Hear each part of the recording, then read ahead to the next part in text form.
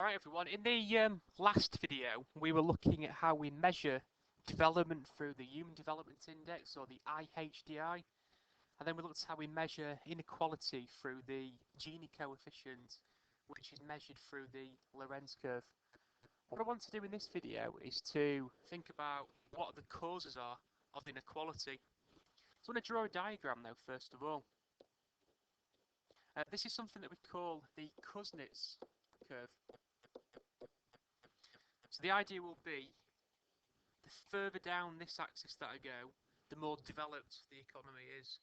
The further up this axis I go, the higher the level of social inequality that there is. Okay, so remember, development's measured through the HDI, inequality is measured through things such as the Gini coefficient. Now what the Kuznets curve shows us is this.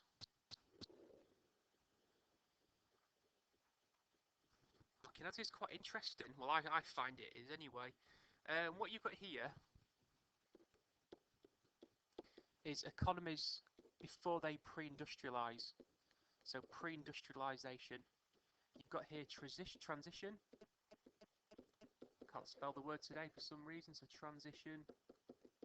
And then what you have is industrial economies.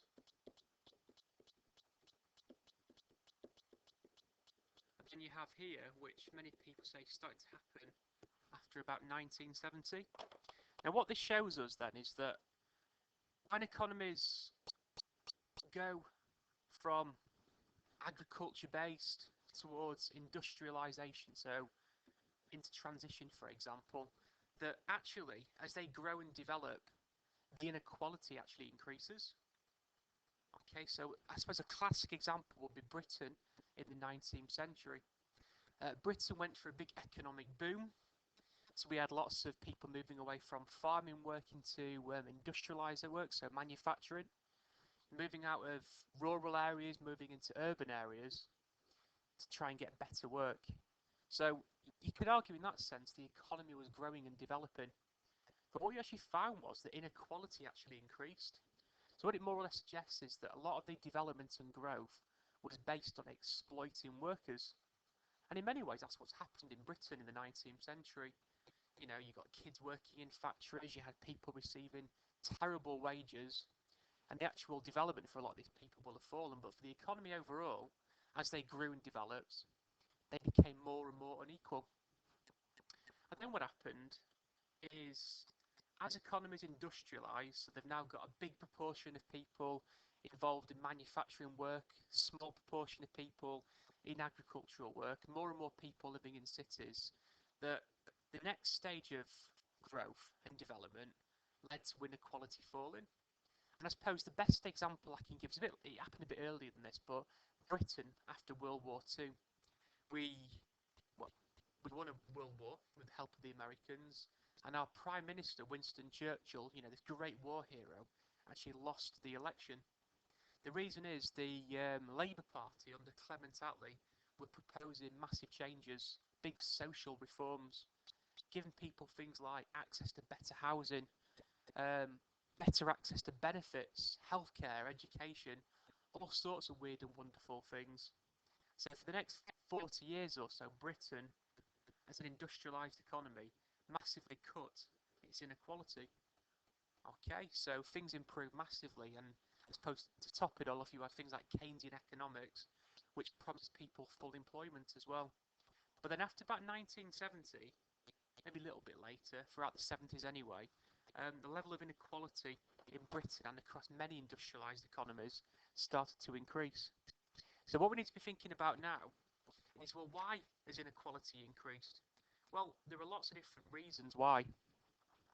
Okay, now a lot of people actually blame globalisation. So people blame it on trade liberalisation. Having a spelling nightmare today. Right, so all trade liberalisation is, it's where we have more free trade areas across the world. So trade based on things like absolute and comparative advantage. Now, because Britain is a highly developed economy, Our advantage in production lays with high skilled work and less so with low skilled work. So, when you think about it, traditionally, if you were looking for one cause of inequality, the labour market explains it. Um, Low earners operating low skill work, high skilled people operating high skilled work. Well, this explains why we have this gap in earnings between rich and poor people. It's partly based on skill.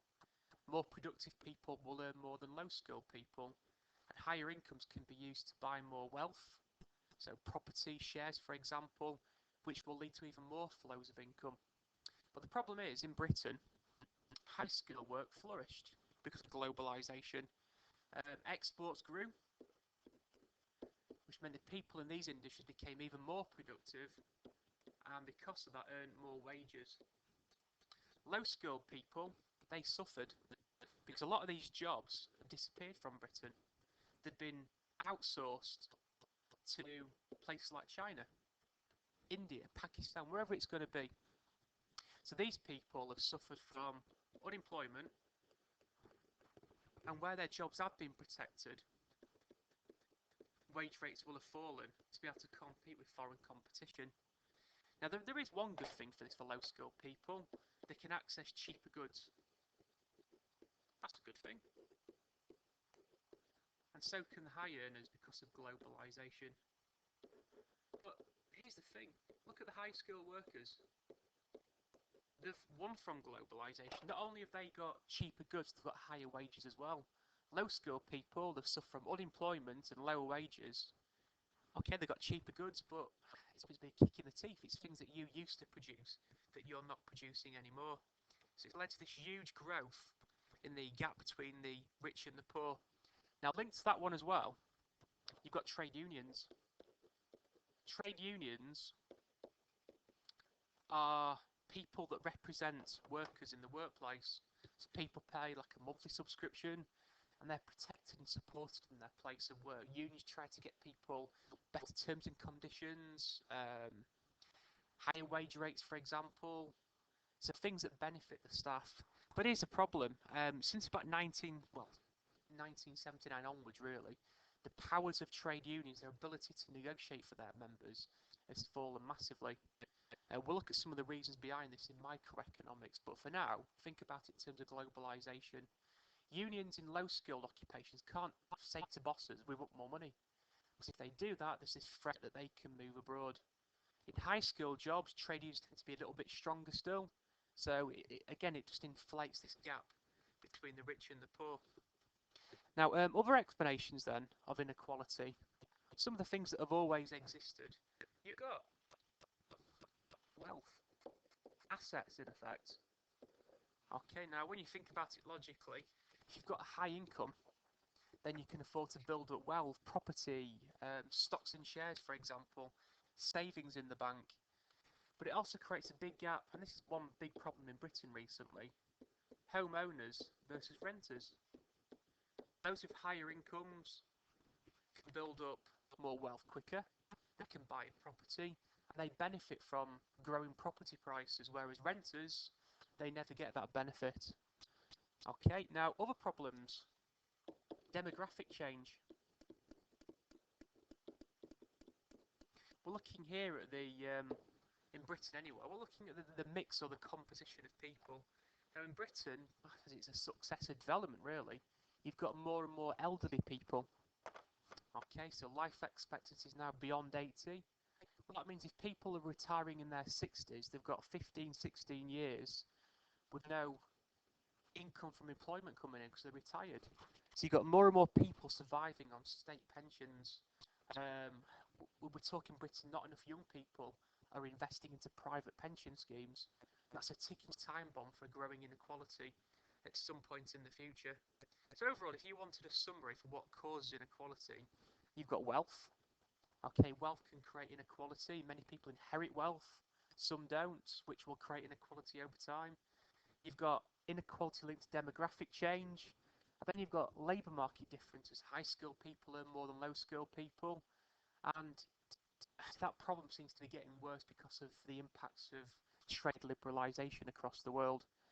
And before I conclude this video, I just want to bring in something else. When you look at inequality, it's very difficult not to talk about poverty as well. Okay, countries with lots of inequality will tend to have high poverty rates. But how do you go about defining poverty? Now, what we have to define poverty are two different types from the word go. We have absolute poverty and relative poverty. Now, for absolute, there's a concrete definition for it. It's where you earn less than $1.25 at PPP, so purchasing power parity, per day. Now, this makes up over 1 billion people across the world. Okay, so we're looking here at the people that basically haven't got enough income to be able to sustain themselves. They can't afford to buy a basic bundle of goods and services which will meet their most basic of needs in their economy. Relative poverty, this is something that you're more likely to experience in a country like Britain, and this will exist just about in every country across the world, and it's linked to inequality. This is where household income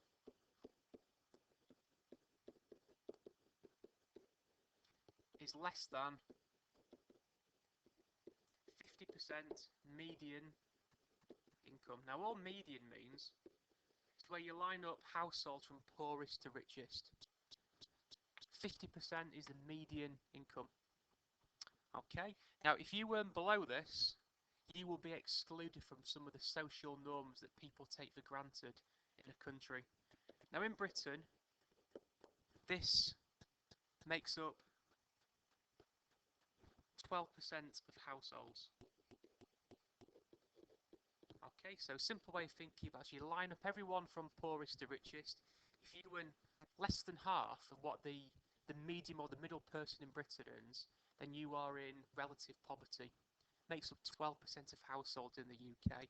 So these are the people that you would argue would be more likely to experience unemployment problems, even be economically inactive, just simply choose not to work. This could be pensioners in Britain, for example. You've even got people who could be underemployed that tick this box, so underemployment can create this problem. You've even got things like low-skill work, which keeps wages low. Okay, so what I would say is absolute poverty is a definite definition. Relative poverty, it varies from country to country. So many people say you're in relative poverty in Britain if you can't afford a holiday. You can't afford to invest maybe into a pension scheme. You struggle to put food on the table. You struggle to keep up with your bills. You might have debt problems, for example. Okay, so what we're going to do in the next video is talk about how we can tackle inequality and maybe even think about should we be tackling it at all.